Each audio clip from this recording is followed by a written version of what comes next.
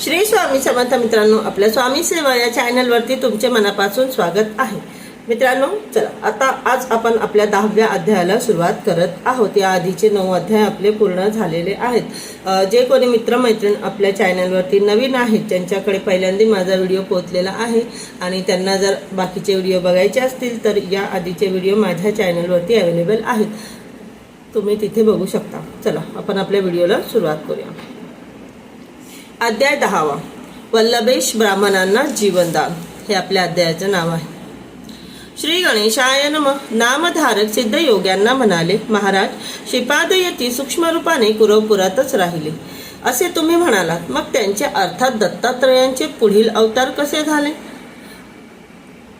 जे नामधारक आहेत ते सिद्धांना विचारताय की तुम्ही जर बोलताय की श्रीपाद श्री वल्लभ जे आहे ते कुरवपुरातच राहिले, मग बाकीचे अवतार कसे निर्माण झाले? सिद्ध म्हणाले, श्री गुरूंचा महिमा अतर्क्य आहे, त्यांच्या लीलेचा कोणालाही थांग लागत नाही। ते कार्यासाठी अनंत रूपे धारण करू शकतात। भगवान विष्णू क्षीरसागरात वास करतात, पण भक्तांच्या उद्धारासाठी त्यांनी भूतलावर अनेक अवतार घेतलेत, हे तुम्हालाही माहिती आहे। सृष्टीचक्र अव्याहत चालण्यासाठी एकमेव अद्वितीय असे ते परब्रह्म त्रिरूप झाले, हे सर्वसामान्य आहे।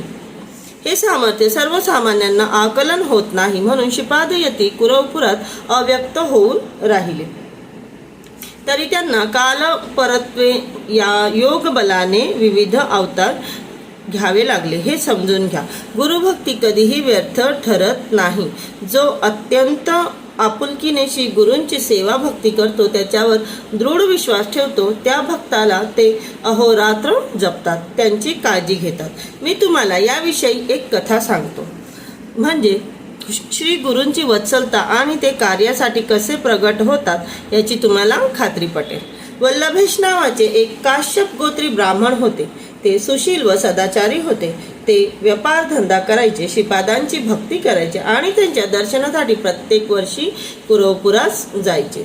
एकदा ते व्यापारासाठी निघाले, तेव्हा या खेपेस चांगला नफा झाला, तर गुरुस्थानी 1000 ब्राह्मणांना भोजन द्यायचे असा त्यांनी मनोमन संकल्प केला होता। मार्गामध्ये ते श्रीपादांचेच ध्यान करत होते। श्री गुरूंच्या कृपेने त्यांच्या मालाची गावोगावी उत्तम विक्री झाली आणि त्यांना अपेक्षेपेक्षा जास्त नफा मिळाला। ते द्रव्य घेऊन ते कुरवपुरास निघाले। मार्गामध्ये काही चोरांनी त्यांना लुटायचे ठरवले। आम्ही श्रीपादांच्या दर्शनासाठी कुरवपुरात जात आहोत असे सांगून त्यांच्याबरोबर चालू लागले। रात्रीच्या सुमारास निर्जन स्थान पाहून त्यांनी त्याचा वध केला आणि त्यांचे सर्व द्रव्य